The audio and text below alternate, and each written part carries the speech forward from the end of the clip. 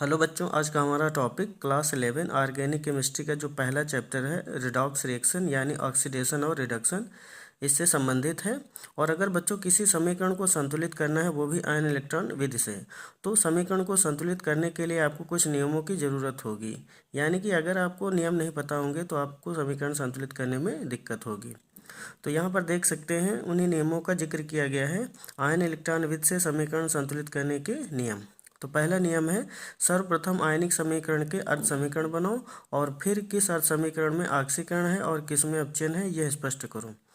तो बच्चों, अगर आणविक समीकरण दी जाएगी तो उसे आपको सबसे पहले आयनिक समीकरण बनाना होगा, ठीक है, यानी आणविक रूप से आयनिक रूप में बदलना होगा। लेकिन अक्सर क्या होता है, आयनिक रूप में ही समीकरण दी जाती है और तब कहा जाता है बैलेंस करो, ठीक है। तो अगर आयनिक समीकरण है तो फिर उसके आपको दो अर्ध समीकरण बनाने हैं और फिर किस अर्ध समीकरण में ऑक्सीकरण और किस में अपचयन हुआ है यह क्लियर करना है, ठीक है। अब इसके बाद में दूसरा नियम है आपका कि हर समीकरणों को उसके बाद में संतुलित करना है। और समीकरणों को संतुलित करते समय सबसे पहले मुख्य परमाणुओं को संतुलित करो, ठीक है। यानी जब आप अर्ध समीकरण बना लेंगे तो दोनों अर्ध समीकरणों को संतुलित करना पड़ेगा और सबसे पहले फिर जो कॉम्बिनेशन में मेन परमाणु आपके इस्तेमाल हुए थे अर्ध समीकरण बनाने में, उनको संतुलित करना होगा सबसे पहले। और उसके बाद में फिर ऑक्सीजन को H2 के अणुओं द्वारा संतुलित करो, फिर हाइड्रोजन के परमाणुओं को H+ या OH- द्वारा संतुलित करो और उसके बाद आवेश को संतुलित करो, ठीक है। यानी मुख्य परमाणु संतुलित करने के बाद में ऑक्सीजन के परमाणुओं को संतुलित करना है और ऑक्सीजन के परमाणुओं को संतुलित करने के लिए H2 के अणुओं का इस्तेमाल होगा आवश्यकता अनुसार, ठीक है। और हाइड्रोजन के परमाणुओं को संतुलित करने के लिए अम्लीय माध्यम में H+ का उपयोग करना है और क्षारीय माध्यम में OH- का उपयोग करना है और उसके बाद में आवेश को संतुलित करना है। और फिर अगले स्टेप में आपको क्या करना है कि आवेश संतुलित करने के बाद अर्ध समीकरणों को उचित संख्या से गुणा करो जिससे इलेक्ट्रॉन समान हो और निरस्त हो जाए। यानी जो संतुलित अर्ध समीकरणें आपको मिली हैं उनको आपको क्या करना है, उचित संख्या से गुणा करना है। गुणा इसलिए करना है कि जिससे दोनों अर्ध समीकरणों में इलेक्ट्रॉन सिमिलर हो जाएं। और जब इलेक्ट्रॉन सिमिलर हो जाएंगे तो दोनों अर्ध समीकरणों से इलेक्ट्रॉन कट हो जाएंगे। इसके अलावा और भी अणु और आयन कट हो सकते हैं। तो फिलहाल आपको क्या करना है, बेस में इलेक्ट्रॉन को लेकर चलना है कि इलेक्ट्रॉन आपको दोनों अर्ध समीकरणों में सिमिलर करना है। और इलेक्ट्रॉन सिमिलर हो इसके लिए किस अर्ध समीकरणों को कितने से गुणा करना है ये आपको देखना पड़ेगा रिएक्शन के हिसाब से या इक्वेशन के हिसाब से। और उसके बाद में अर्ध समीकरणों को जोड़कर लिखो। तो इस तरीके से जब दोनों अर्ध समीकरणों को एटलीस्ट आप जोड़कर लिखोगे तो फिर आपको फाइनली क्या होगा, एक संतुलित समीकरण प्राप्त हो जाएगी। और ये जो संतुलित समीकरण प्राप्त होगी वो आयन इलेक्ट्रॉन विधि के माध्यम से संतुलित होगी। अब बच्चों इसके बाद में हम लोग ये एक इक्वेशन को बैलेंस करके देखते हैं और फिर स्टेप वाइज उसमें ये नियमों को इस्तेमाल करते हैं। आपको और ज़्यादा समझ में आएगा कि आखिर में आयन इलेक्ट्रॉन विधि द्वारा समीकरण को हम आसानी से कैसे संतुलित कर सकते हैं। तो चलिए बच्चों समीकरण को देखते हैं। ये समीकरण है Cr2O7 2 minus plus SO3 double minus plus H+ ion equal to Cr3+ ion plus SO4 2 minus ion plus H2O, ठीक है। तो इस समीकरण को आपको आयन इलेक्ट्रॉन विधि से संतुलित करना है। तो सबसे पहले अभी बात की गई थी कि आयनिक समीकरण होने चाहिए। तो ये ऑलरेडी आयनिक समीकरण है, तो इस आयनिक समीकरण के दो हम लोग क्या करेंगे, अर्ध समीकरण बना लेंगे, ठीक है।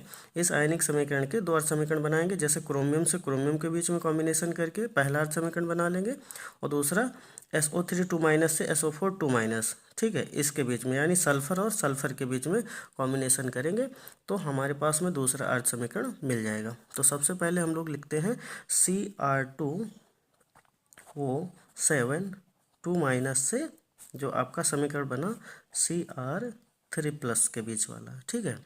और इसके बाद में जो दूसरा है आपका SO3 2 माइनस से SO4 2 माइनस के बीच का अर्ध समीकरण। तो इस तरीके से ये दो अर्ध समीकरण आपको सबसे पहले मिल जाएंगे, ठीक है। और इसके बाद में इन दोनों अर्ध समीकरणों में ये क्लियर करना है कि किस अर्ध समीकरण में ऑक्सीकरण की प्रक्रिया हुई और किस अर्ध समीकरण में अपचयन की प्रक्रिया हुई, ठीक है। और जब ये चीज़ आपको क्लियर हो जाएगी तो उसके बाद में फिर आप आसानी से समीकरण को संतुलित कर सकते हैं। तो देखो, अगर Cr2O7 2 माइनस में क्रोमियम की ऑक्सीकरण संख्या निकालोगे तो आएगी 6। Cr के ऊपर देखो +3 आवेश हो रहा है, यानी क्रोमियम का ऑक्सीडेशन नंबर है +3। तो +6 से +3 यानी ऑक्सीकरण संख्या में कमी। तो बच्चों जब ऑक्सीकरण संख्या में कमी होती है तो वो आपका अर्धप्रक्रम अपचयन का होता है, ठीक है। तो ये आपका अर्धप्रक्रम हो जाएगा अपचयन का। अब यहाँ पर देखो SO3 2- और इधर SO4 2-। तो SO3 2- में अगर सल्फर की ऑक्सीकरण संख्या निकालेंगे तो आएगी +4, और SO4 2- में सल्फर की ऑक्सीकरण संख्या निकालेंगे तो आएगी +6। तो +4 से +6 यानी ऑक्सीकरण संख्या में हो रही है वृद्धि। तो जब बच्चों ऑक्सीकरण संख्या में वृद्धि होती है तो वो आपका अर्धप्रक्रम कहलाता है ऑक्सीकरण का, ठीक है। तो इस तरीके से ये आपका अर्धप्रक्रम हो जाएगा ऑक्सीकरण का। अब इसके बाद में हम लोग क्या करेंगे, इन दोनों अर्ध समीकरणों को संतुलित करेंगे। तो दोनों अर्ध समीकरणों को संतुलित करने से पहले हम लोग ये जो आपका Cr2O7 2- से Cr3+ के बीच का आपका अर्ध समीकरण है, इसको संतुलित करते हैं। देखो सबसे पहले मुख्य परमाणु को संतुलित किया जाता है। इधर क्रोमियम के 2 परमाणु हैं, इधर क्रोमियम का 1 परमाणु है, तो हम लोग इधर 2 से गुणा कर देंगे, ठीक है। इस तरीके से क्रोमियम बराबर हो जाएगा। अब देखो अभिक्रिया के बाईं तरफ 7 ऑक्सीजन है, अभिक्रिया के दाहिनी तरफ ऑक्सीजन नहीं है, तो इसलिए हम लोग यहाँ पर ऑक्सीजन को संतुलित करने के लिए यानी ऑक्सीजन के परमाणुओं को संतुलित करने के लिए H2O के अणुओं का सहारा लेते हैं। तो हमें कितने ऑक्सीजन चाहिए, 7, तो हम लोग इधर 7 H2O जोड़ देंगे, ठीक है। अब इसके बाद देखो इधर हाइड्रोजन बढ़ गए, तो हाइड्रोजन को संतुलित करने के लिए हम लोग अम्लीय माध्यम में क्या करते हैं, H+ इस्तेमाल करते हैं, वो भी आवश्यकता अनुसार। जैसे इधर देखो 14 हाइड्रोजन है, तो इधर हम लोग क्या करेंगे 14 H+ ऐड कर देंगे। तो इस तरीके से हाइड्रोजन बैलेंस हो जाएंगे। अब इसके बाद में आवेश बैलेंस करेंगे, तो आवेश देखो 2 × 3 यानी प्लस का 6 आवेश अभिक्रिया की दाहिनी तरफ, और इधर देखो प्लस का 14 और माइनस का 2 यानी प्लस का 12। तो हम लोग क्या करेंगे 6 इलेक्ट्रॉन इधर ऐड कर देंगे, जिससे क्या होगा 12 में 6 इलेक्ट्रॉन माइनस हो जाएंगे, तो इधर आपका 6 आवेश बचेगा। और अभिक्रिया के दाहिनी तरफ ऑलरेडी आप देख रहे हैं कि +6 आवेश है, ठीक है। और जो ये आपके 6 इलेक्ट्रॉन अभिक्रिया के बाईं तरफ जोड़े गए हैं, तो अगर बच्चों आपका अपचयन प्रोसेस है, ठीक है, तो अपचयन प्रोसेस में जो इलेक्ट्रॉन जोड़े जाते हैं वो अभिक्रिया के बाईं तरफ जोड़े जाते हैं, ठीक है। तो इस तरीके से अभिक्रिया के बाईं तरफ इलेक्ट्रॉन जोड़ दिए जाएंगे। अब इसके बाद में क्या करना है, SO3 2- से जो आपका इक्वेशन है SO4 2- इसको बैलेंस करना है। अब देखो सल्फर एक इधर और इधर भी एक, मतलब दोनों साइड में सल्फर सेम है।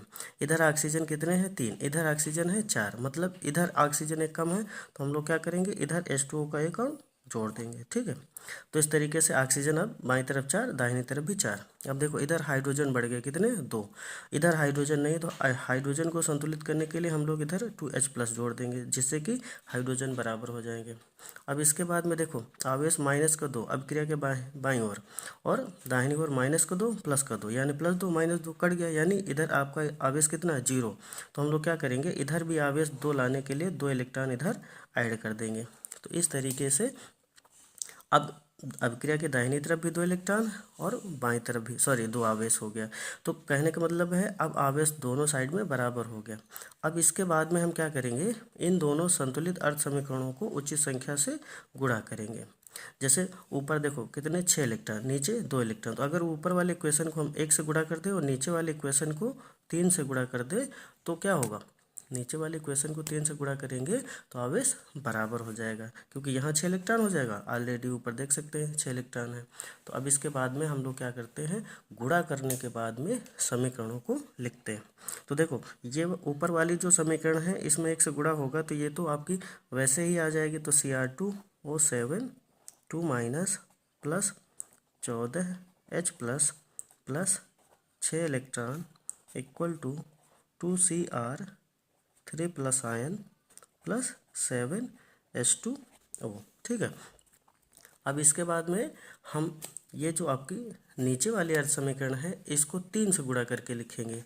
तो 3 से गुणा करके लिखेंगे तो ये हो जाएगा 3SO3 2- ion plus 3H2O equal to 3SO4 2- ion plus 6H+ ion plus 6 electron.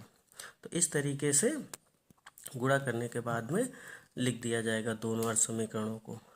अब इसके बाद में इन दोनों अर्ध समीकरणों को हमें क्या करना है, जोड़ना है। लेकिन जोड़ने से पहले इसमें जो कटने वाला होगा वो कट कर देंगे। देखो 6 इलेक्ट्रॉन ये कटे, 6 इलेक्ट्रॉन ये कटे, ठीक है। 6H+ यहाँ से कटे और 14H+ से 6 H+ कट जाएंगे। 3H2 यहाँ कटे और 7H2 के अंदर से भी 3H2 कट जाएगा। अब इसके बाद में दोनों अर्ध समीकरणों को जोड़ के लिखेंगे।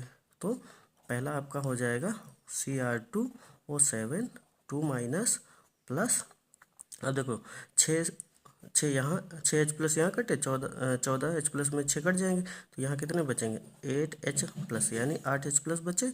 और इसके बाद में 3SO3 2 माइनस और इक्वल टू 2Cr3 प्लस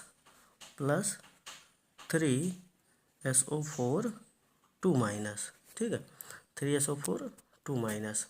और इसके बाद में आपका देखो यहाँ पर 3H2 कट हुआ, यहाँ पर भी 3H2 कट होगा, तो यहाँ पर बच जाएगा ना, तो कितना बच जाएगा 4H2O, ठीक है। तो इस तरीके से अंत में दोनों अर्ध समीकरणों को जोड़ने के बाद लिखेंगे तो ये आपका फाइनली संतुलित समीकरण प्राप्त हो जाएगा। अब इसको एक बार हम लोग क्लियर कर लेते हैं कि संतुलित वाकई में हो गई है कि नहीं, ठीक है। देखो क्रोमियम के इधर 2 परमाणु हैं, इधर भी क्रोमियम के 2 परमाणु। ऑक्सीजन देखो यहाँ पर 7 है और यहाँ पर देखो, सॉरी 7 नहीं, यहाँ पर देखो 3 त्रिका 9 और ये 7 9 7 16 ऑक्सीजन। और यहाँ पर देखो 4 3 12, ठीक है, 3SO4 में 4 3 12 और 4H2 में 4 आपके ऑक्सीजन, तो 12 4 16 ऑक्सीजन हो गए। अब देखो सल्फर कितने, 3 सल्फर यहाँ पर, अब यहाँ पर भी देख सकते हो 3 सल्फर है। अब इसके बाद में हाइड्रोजन देखो 4H2 में ये 8 हाइड्रोजन, यहाँ पर ये 8H+ में 8 हाइड्रोजन। तो इस तरीके से परमाणु सब सेम हो गए। अब आवेश देखते हैं तो 3 दूना 6, ठीक है, और ये आपके माइनस के 2 यानी माइनस का 8 और प्लस का 8, कुल मिला के प्लस माइनस का 8 कैंसिल होने के बाद में अभिक्रिया के बाईं तरफ आवेश 0। अब इधर देखो 2 × 3 प्लस का 6 और यहाँ देखो 3 × -2 यानी माइनस का 6, तो प्लस का 6 माइनस का 6 कट हो जाएगा, तो इधर भी आवेश आपका क्या हो जाएगा न्यूट्रल हो जाएगा। तो इस तरीके से अभिक्रिया के दोनों तरफ आवेश भी आपका 0 है। तो कुल मिलाकर ये आपकी अब इस तरीके से कह सकते हैं संतुलित रासायनिक समीकरण प्राप्त हो चुकी है और आयन इलेक्ट्रॉन विधि द्वारा ये समीकरण संतुलित की गई है, ठीक है। बच्चों वीडियो को लाइक करें, चैनल को सब्सक्राइब करें। Thank you.